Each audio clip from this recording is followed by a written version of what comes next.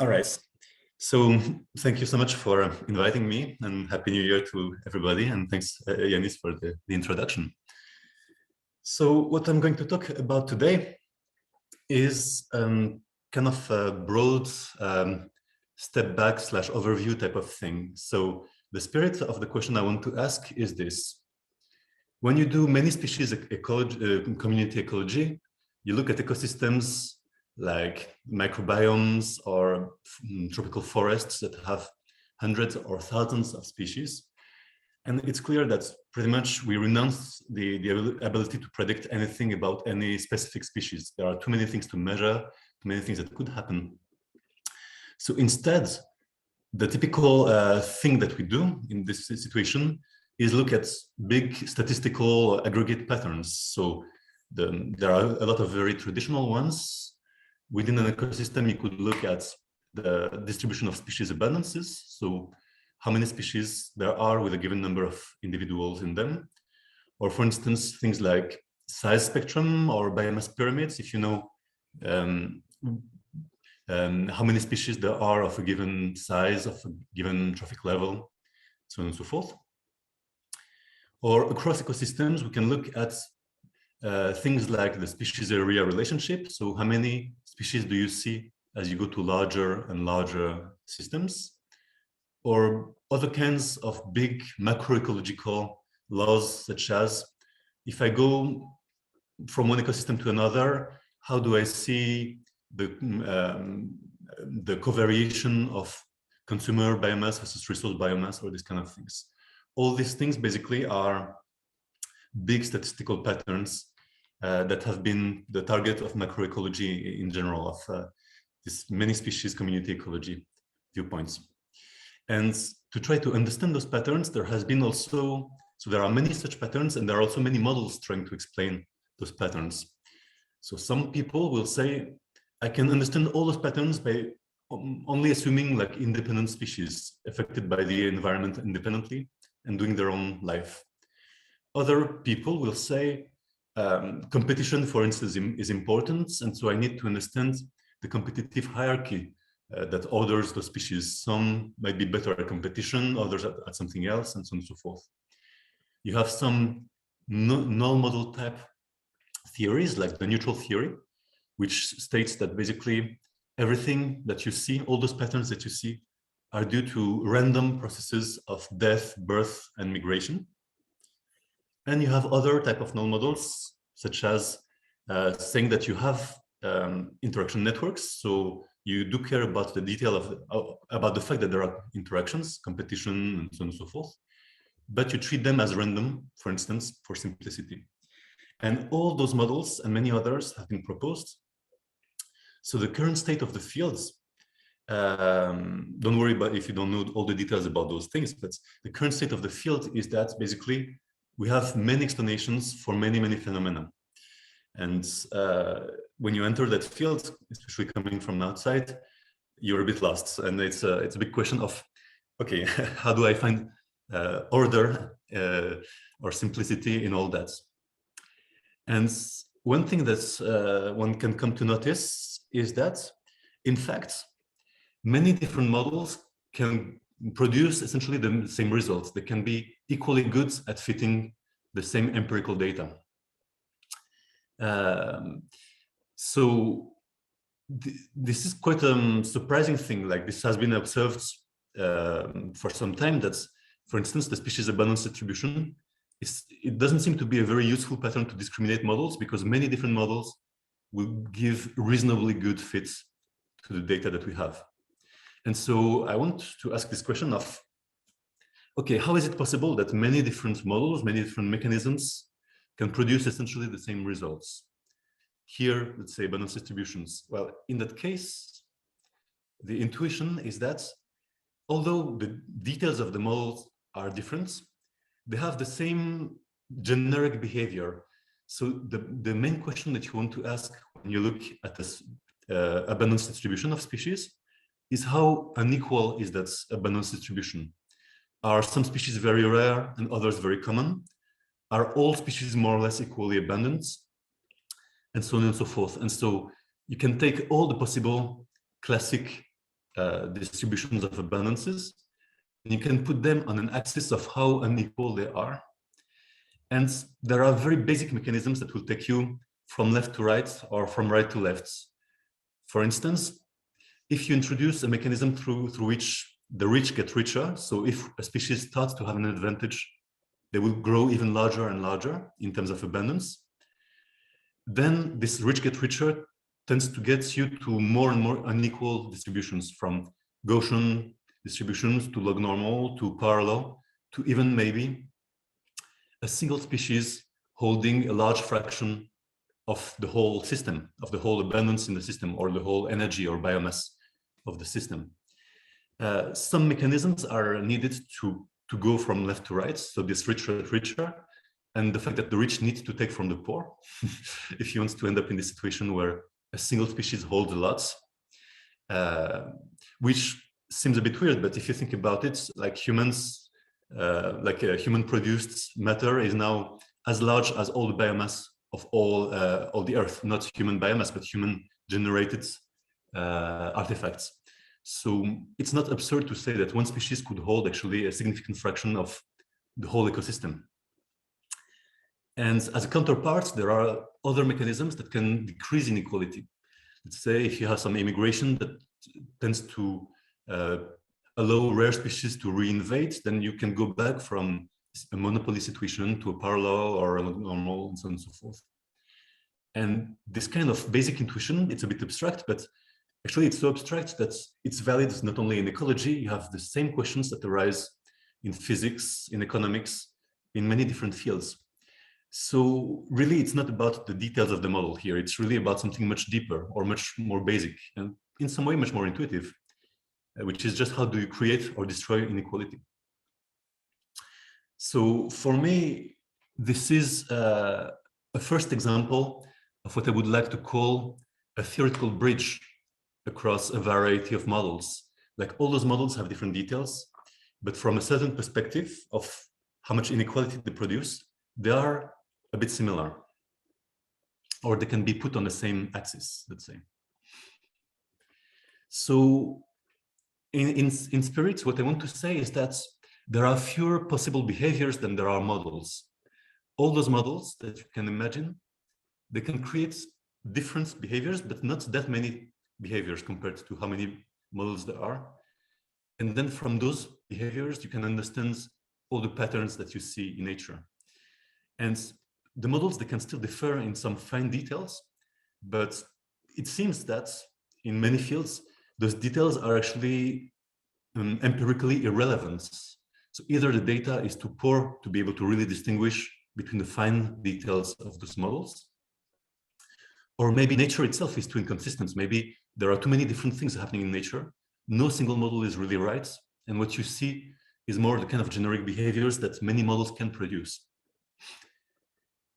I should state that this idea, that basically you have a kind of simple core of generic behaviors that can synthesize many theories and explain many patterns, it's not new by any means.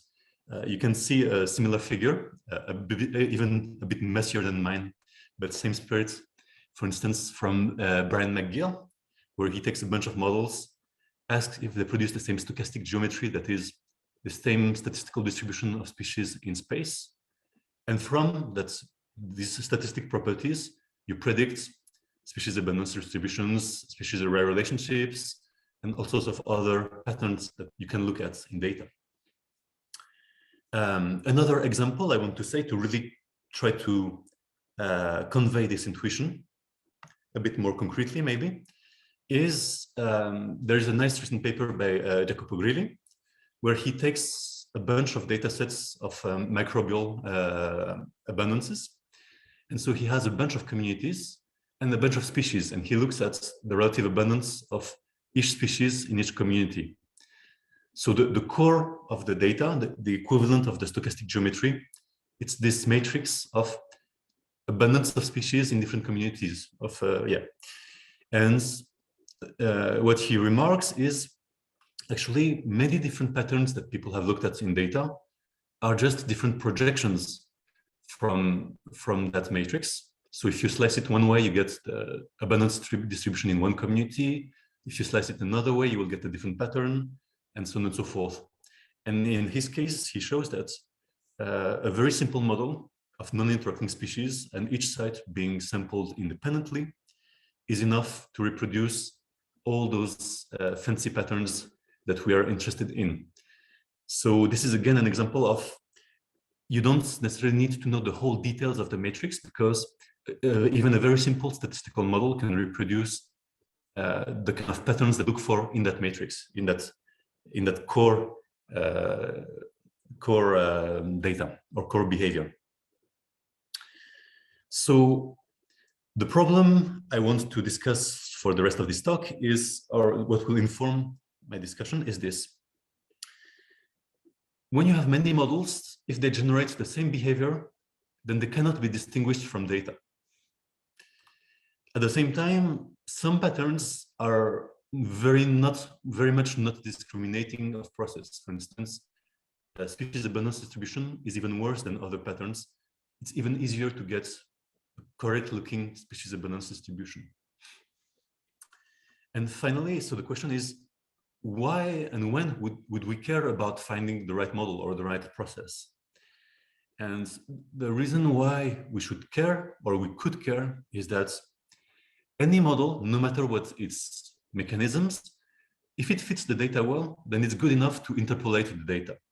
If you want to just fill some holes in your data or to produce similar looking data, you can use that model that has a good fit. But if you want to extrapolate to new situations, like what happens under climate change, under land use changes, under everything, under perturbations from the outside, then you need to have a reasonably correct process or model. So we have a problem where we don't know necessarily how to identify the model that will allow us to extrapolate to situations that we have not encountered yet. And so what I want to present in this talk, and it's going to be, I apologize for people who like very precise stuff, it's going to be a bit hand-wavy. It's not, I'm not going to delve deeply in the details of a few results. I'm going to try to give an overview of a whole research program, which I have taken part in with many colleagues for the past, let's say, 5 years or 6 years. The spirit of that program is to ask, first of all, what kinds of explanation are possible? What is the space of those possible generic behaviors that many models could generate? Where do we fit all those existing theories, or a reasonable number of those existing theories, to understand how they're linked and why they give the results that they give? Third, once we have this space of generic behavior, what does it suggest that we measure to identify process? Are there some patterns that are better or worse at allowing us to identify the processes? And finally, if we want to do those measurements, if we want to identify the correct model and the correct processes, when can we use only, let's say, field data? When must we use control experiments? When must we use many experiments, like as many experiments as there are species, or even many more experiments than there are species, to be able to discern some processes? And the hope is that this research program ends up with some kind of concrete recommendations for, if you want to ask this question, to solve this question, well, theory suggests that you actually cannot do it without that many control experiments, right? Of course, roughly speaking. So, okay, first question, what kinds of explanations exist? I'm going to make a bunch of very broad, unsubstantiated claims here. Just roll with it, follow me, and feel free to ask questions at the end. I've recently come up with the feeling that's basically there are at least 3 big axes that separate very different types of behaviors or very different types of models. I will focus only on 2 of those axes today. And these axes are the axis of order versus randomness which is quite intuitive. And a bit less intuitive, maybe the axis of linear causality versus feedbacks. I'm going to explain what I mean by this. So order versus randomness, a simple example in the theories I was introducing before is if you want to talk about competition between species, whether plants or microbes or anything, many theoretical ecologists have proposed that you should search for, let's say, a simple trade-off between traits. Like there are a few important traits that explain the competitive ability of your species. There are some trade-offs, there are some hierarchies. And if you can measure this one or few traits per species and you order them, then this order deterministically explains everything that you're going to see. So it's the counterpart to this, or the opposite viewpoint to this, is something like neutral theory, which has felt uncomfortable for many ecologists for a while, which is to say, all species, we don't care about the traits of species. They're undistinguishable for our purposes. Everything will be created by random phenomena, random birth, random death, random migration. This is what dominates the process. Of course, both of those things can exist in the same system. The question is just which one is winning? Is the simple order winning, or is the noise winning? One kind of intuition or justification for randomness is randomness doesn't mean just that we don't understand what's happening. It could be that randomness, something very random-like happens even when we understand all the mechanisms, because there are many traits, many factors, many things happening in the system. If you have a single trait that explains the competitive ability of species, then you expect your interactions to be very ordered. If you look at the matrix of interaction coefficients, for instance, that's one possible representation of how species interact. It should look very regular, very ordered, very simple in some sense. But if there are many different traits that explain how species compete, if they can compete for light, but also through pathogens, also through herbivores, through other resources, through many different things, and each pair has a different mechanism for its interaction, then the interactions are going to look much more random.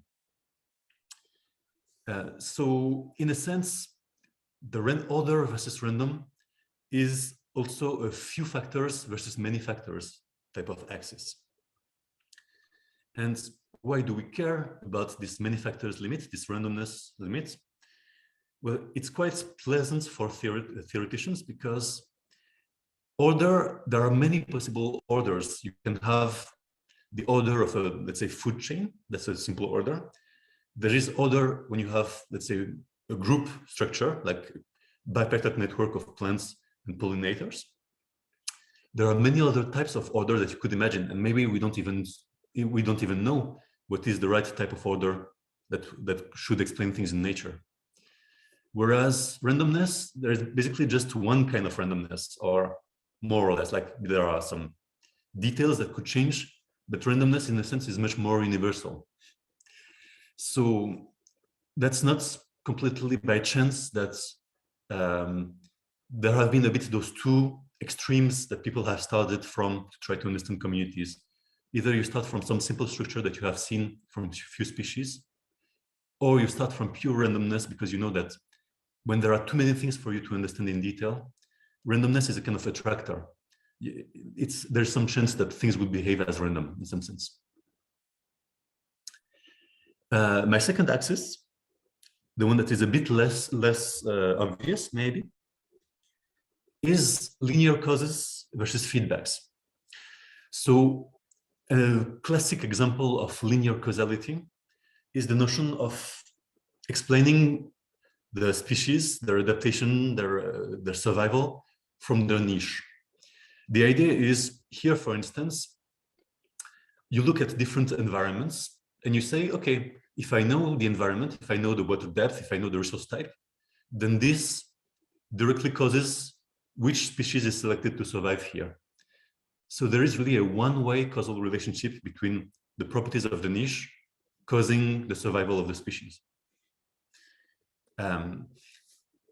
This is, you can represent it like this picture here in the top, which is that many things like temperature, water depth, resources, all sorts of factors influence positively or negatively the fact that a species is present, is absent, is abundant or rare, and so on and so forth.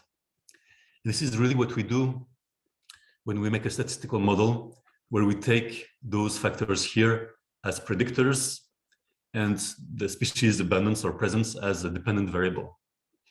It's really this idea that, okay, the world is static, it exists in itself prior to the species being there, and it determines whether the species will survive or not. At the other extreme, you have feedbacks. When the species arrives, let's say when you introduce a prey, it allows the predator to exist also, and the predator can feedback on the prey. And so now you don't have one predictor and one explained variable. Each variable explains the other and is explained by the other. There is a kind of dynamical thing happening there. It's a kind of niche construction, if you want. And now you kind of need something dynamical or dynamical-like to be able to understand those reciprocal influences. You cannot anymore do a model where you just care about the traits and preferences of that species, because when it arrives in the world, it changes the world. And so now you need to know how the world responds to that species also and how it feedbacks on that species. And so any explanations that have, let's say, alternate stable states, cycles, ecosystem engineering, all those things, they're in that limit of feedbacks being important. So it seems that in general, the world should always have feedbacks, like many things can impact many other things. So why is it ever reasonable to say that we can use linear causality? Is it? And when? Well, the first case obviously is when there's really no feedbacks, when the predictors are really unaffected by the species. This is maybe reasonable for some abiotic things, even though if you start to dig in details, it's always a bit hazy. The other case in which you can reasonably talk about linear causality is if the feedbacks are kind of not as important as other things, if they're drowned out by other processes. So what I mean by this is, if I go back to this predator-prey situation, or let's say host-parasite, or whatever you want, in principle, in this feedback situation, each species has an impact, has some control over the other.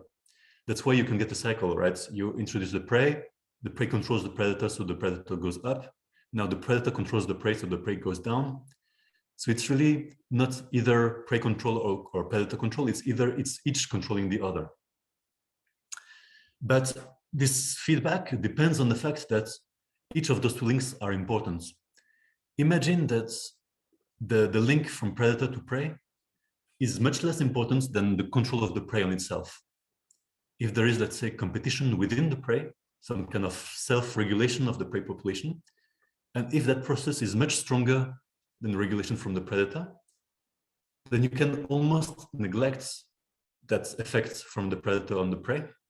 And now the prey is controlling both species. It's controlling itself, its own abundance, and it's also controlling the abundance of the predator. So you have returned to a world in which you can use kind of linear causality. You can say, since the predator is not the main thing that impacts the prey, I can just treat the predator as arriving in some environment, having some preferences, and going into its niche.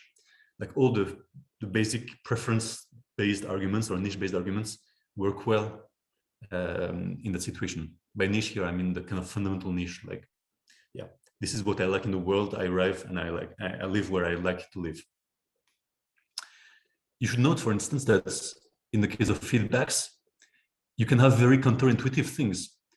For instance, maybe if the predator can deplete the prey a lot, the places where you find a lot of predators are the places where you'll find very few prey. You get anti-correlation between how much resource there is and how many consumers there are, which goes against the intuition of the niche. You would expect the predator should be where you see many resources in a very rich environment.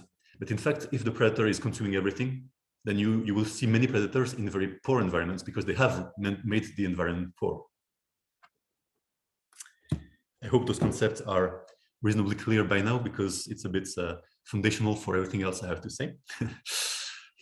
And so now, if I give myself this space of possible, these two axes at least, the question is, where do many theories fit on those axes? And also this third axis that I didn't want to talk about too much today.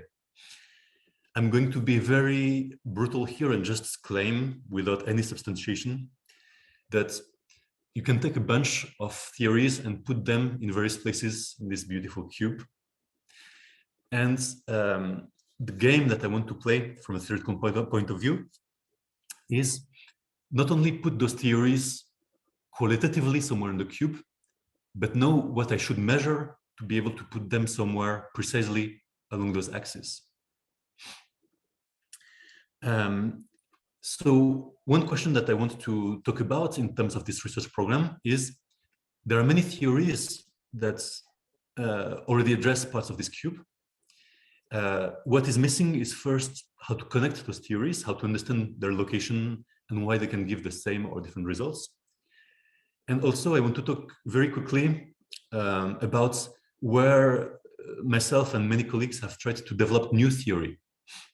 So where I think that there is interesting theoretical questions to be asked about this cube. And so this has been done with many colleagues now, here listed in more or less alphabetical order and omitting many good people. So one question that I have been trying to ask for a while is, on this axis of order versus randomness, it's probably not true that everything is completely random. So can we find some combination of randomness and order that is good at explaining complex ecosystems? And that has been my program for a while. And a more recent thing I've been trying to participate in is, it seems that we can actually unify all, or at least many, of the models that have randomness as their core elements. So I will briefly flesh out those 2 points now. And basically, to put them on the cube, the idea is that we're starting from this upper part here of very random models. We're asking where we fall along the x-axis, and we're asking also, can we integrate a bit of structure, a bit of order, either in the environment or the interactions, to not be in the completely random limits. So why this intuition of randomness plus order? I'm just going to make a claim here. I'm not going to justify anything. The claim is that many models, many simulations you can run that seem very complicated, like a complicated food web, something like this, they will behave like some interpolation between randomness and simple order. They will not behave like completely random. They will not behave like completely ordered. They will behave like a simple combination of the two. It's a claim. I have some examples in which it works. I don't know when it fails to work, but it seems like it's a claim that has a lot of support from other fields, from physics, from chemistry, from many fields in which something like this has worked. And here I'm really talking about the models, like the simulations that you could run on the food web. So the conclusion would be 2 ways. Either maybe real ecosystems are really some combination of randomness plus simple order, or maybe the models that we know how to make, like the food web models that we know how to run, maybe they fail to capture the true complexity of ecosystems. That's also possible. But anyway, as far as I can tell from a theoretician point of view, looking at models, it seems not unreasonable to claim that this is a productive way of viewing them. Other points, entirely, the notion that we can take, like going back to pure randomness, there are still many models that have pure randomness in them, like neutral theory, random networks, maximum entropy, if you know of that, and so on and so forth. In fact, a lot of recent papers, not a lot, some recent papers, several recent papers have argued that you can synthesize those, at least some of those models. Like you can bridge between neutral theory and maximum entropy. you can bridge between random networks and neutral theory. Here, this is an example where if I run new dynamical simulations with Lotka-Volterra dynamics and random interactions, if I put some noise, some stochasticity from the environment in those simulations, when I increase this noise, the difference between the prediction of the random network, Lotka-Volterra, and the prediction of neutral theory decreases. So the color here is the difference between those two predictions, between the neutrality and Lotka-Volterra. And you see that the stronger the noise, the more Lotka-Volterra behaves like neutral. So there is this intuition that, in fact, those different random models are kind of different behaviors of the same underlying class of phenomena. I will go very quickly through this. I will just claim that the prism that we're using with colleagues right now for this synthesis is that all the models that we care about, they can be mapped to the same basic equation, logistic equation with noise, where basically the effects of both environments and interactions enter as some kind of random growth rates and some kind of demographic noise. And each different model that you can care about and each different parameter value for those models, they will put different things that are more or less complicated. Sometimes they're subtle, sometimes they're easy, but basically they can always be summarized as those various factors. So there is a way basically to boil down those different models or their predictions to the same basic equation. And the reason why we would want to do that is that if we can take all these theories and put them on even grounds, then those theories, they have very different processes. They give the same equation, but some theories, they will have independent species, others, they will have interacting species, some will be neutral, some will be non-neutral. If we can put them on even grounds, we can ask, what is the best thing to measure in the model to try to identify the correct model from data, the correct processes from data. So for instance, given what I talked about before, it seems that looking at abundance distribution is not the best way to distinguish the correct processes. Many processes give the same distribution. So we're trying to search right now for what is the right thing to measure. Is it correlations in time? Is it response to perturbations, to invasions, to extinctions? What is the kind of things that we should go in an experiment and measure to be able to know in this class of more theories at least, which theory is closest to being right? Or maybe nothing can really distinguish them usefully. That's also possible. And then it would mean that all the random theories collapse to a kind of single big random attractor. So I arrived at the last part of this talk, which is about the empirical side of this cubic map of things. So I want to give you some ideas and some preliminary evidence for how we could decide where a real ecosystem falls in the space of possibility, along, again, those two axes of orders versus randomness and linear causality versus feedbacks. So we'll start with linear causality versus feedbacks. I have argued a bit before that it's a bit like, if you want, the stronger the interactions, the more feedbacks will be important for these kind of things.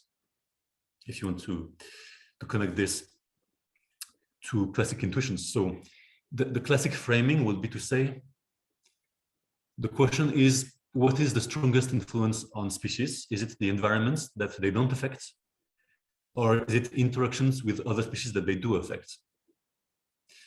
Although, to be clear, the environment may include species that are not affected, like your resources, your predators, everything that would fit into your niche, your static niche.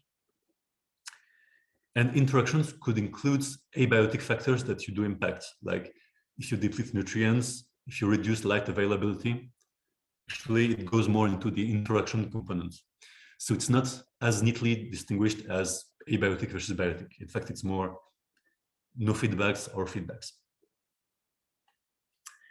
So the classical way that we go about these kind of things, it's what people do with, for instance, species distribution models. is we measure some environmental factors like temperature, precipitation, or if you're looking at the microbiome, it could be host traits, for instance. And you try to partition the variance in species presence or species abundance into part of the variance comes from the environment and the environmental factors, and part of the variation can be explained by community composition, so the composition of other species, and therefore the interactions with those other species. And this partitioning is at the same time, it seems like a reasonable idea, but it has a lot of subtleties and a lot of problems. One problem that I should mention is that what happens if the community composition itself is influenced by the environment? We want to interpret this impact of community on species presence as interactions. But if the composition itself is completely determined by the environment, then the composition and the environment are completely collinear, they covary completely. So being able to partition the contribution of the environment and the contribution of other species becomes hard or even impossible.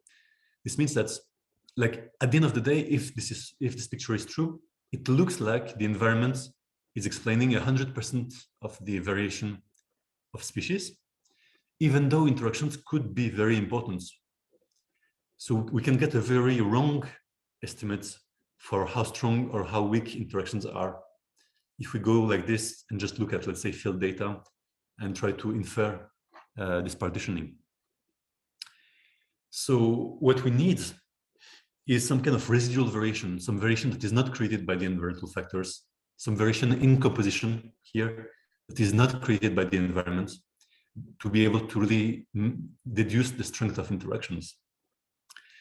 So one way to create it, for instance, is by controlled experiments. If I show you here a small example from simulations from Volterra dynamics. If I just put every species everywhere in the landscape and I let the composition adapt to the local environments with very different environments everywhere, then if I try to infer the interactions and I compare the scatter plots is for each interaction between a pair of species, it's a point here on the scatter plot. I'm showing the true interaction on the x-axis versus the inferred interaction on the y-axis. And you see that in this natural setting of field data, the interactions that I infer are all over the place. They're uncorrelated with the true interactions, because no matter what inference method I use, basically there is no way to really distinguish the impact of different species. By contrast, if I am in an experimental setting in which I have many patches with different compositions in the same environment, so I've enforced different compositions in the same environments, I allow now to infer the interactions. And the problem with this is that there are, in ecological data, no matter what systems you look at, there are very few experiments that are systematic enough to allow inference of interactions and validations of those interactions. I'm just going to very quickly mention this one experiment. I'm not going to go in details, but there is one experiment in which there are only 8 species and 100 different plots over 12 years. And with all that data, then you can infer the interactions. And those interactions, I have reasons to believe that they really work well, that they're really the real interactions, like they predict the abundances, they predict many things. And if I look at those interactions now, in this one of a few experiments in which I can do this, what I can tell you is that the interactions are quite strong. Actually, the interactions between species are comparable to interactions within a species. They're weaker. So this is not a neutral setting. It's less than neutral. There's more niche partitioning than neutral theory, but it is still quite strong feedbacks. So that's one way that we can measure where we are on this axis, but it's a way that is very costly. It takes a lot of data for 8 species. So of course, for 1,000 species, it's a bit hopeless. Thankfully, if you don't want to infer every single interaction between every pair of species, but you care about statistics of interactions, like their mean, especially their mean maybe their variance or things like this, then it's much easier. I will not detail that either because I'm running out of time. But you can go see this paper, for instance, where I think there are reasonable estimates for how strong competition is on average in 25 different communities, going from plants to crabs, like to all sorts of animals and things. The last thing I want to mention is, how do we measure order versus randomness? And that's a tricky one. So how do you know whether a real ecosystem should be modeled with ordered or random interactions, for instance? One way would be, again, to try to measure all the interactions and ask, well, do they look random or do they look ordered?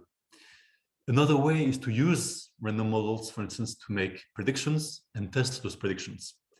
And I'm going to give you one example of each. So my example for measuring all the interactions. So again, very few experiments allow you to do this.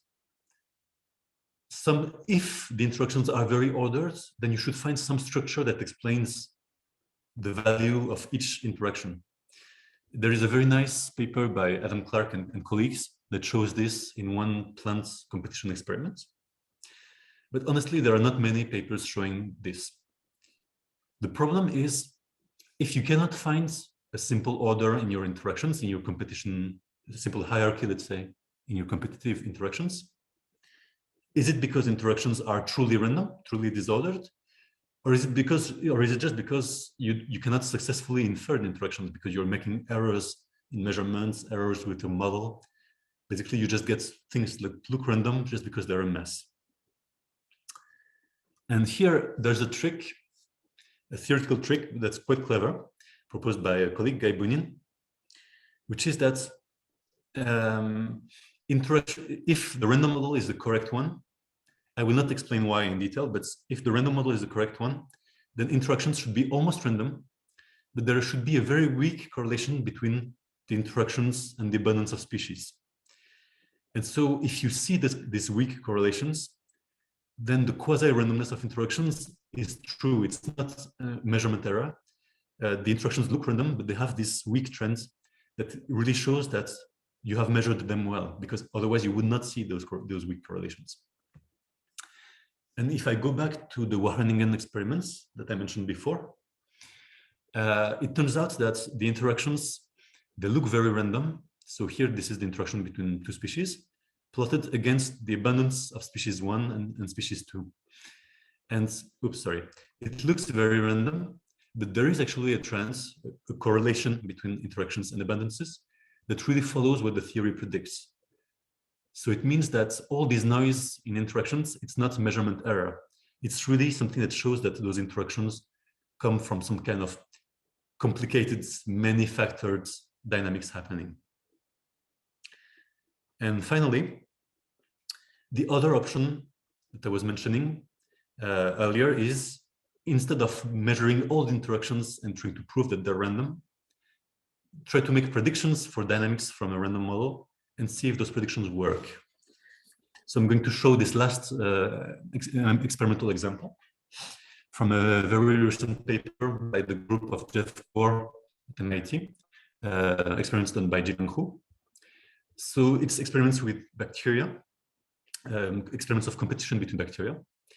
And one thing that they have found in this system that is very specific and very interesting in this system is that by changing the concentration of nutrients in the system, you can control competition strength. It's quite specific to this system. I don't claim that it holds in general, but it's true there. And so you can see it, for instance, by looking at how many pairs of species display competitive exclusion.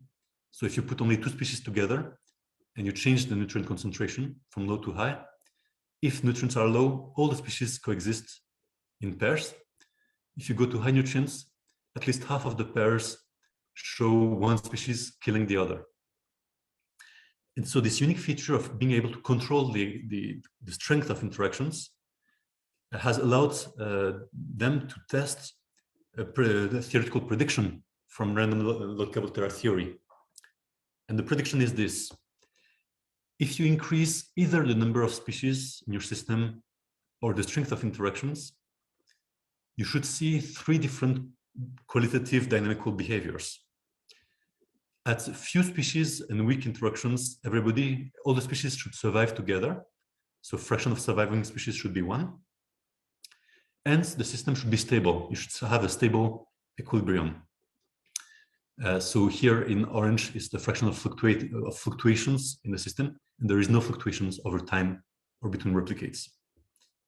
As you increase number of species or interaction strength, you transition into a second phase in which you still have stable equilibrium, but some of the species are extinct now.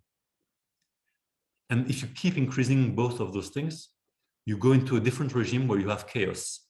So in fact, you have a certain fraction of the species are surviving, but now they're not at equilibrium anymore. They're out of equilibrium and they stay fluctuating over time. And for those who care about this transition is something like the Robert May transition to instability. And in fact, this picture that comes from a simple theory with random interactions was really held in those microbial experiments. You see that as you increase number of species that you put or interaction strength, you get those three different phases in the right order and like nicely ordered. So this is a qualitative match, but it's not that easy to get this. Not any possible model that you would imagine does that. It's a kind of generic behavior of randomness. It doesn't mean that we are sure that we have the right mechanism for those experiments. Maybe something else is happening that we don't know. But at least it is an argument in the direction that maybe this picture of the world can actually work for some communities. So I arrive at my conclusions. I want to say that there are at least 3 different inference problems in everything that I've talked about. One problem is, how do you measure quantitatively estimates of imbalances, of interactions, of all those things to try to infer quantitatively something about the processes? Another problem is, can you infer the right structure in your community? If it's not completely random, then you should try to capture at least a bit of the niche structure, the hierarchy, the whatever structure that there is in the community. And the third problem is, can you recognize what kind of dynamics there are in your system? And so, as part of this whole research program that I've been talking about so far, over the last, let's say, 6 years, we've advanced bit by bit to try to occupy the different regions on this map of all these possibilities.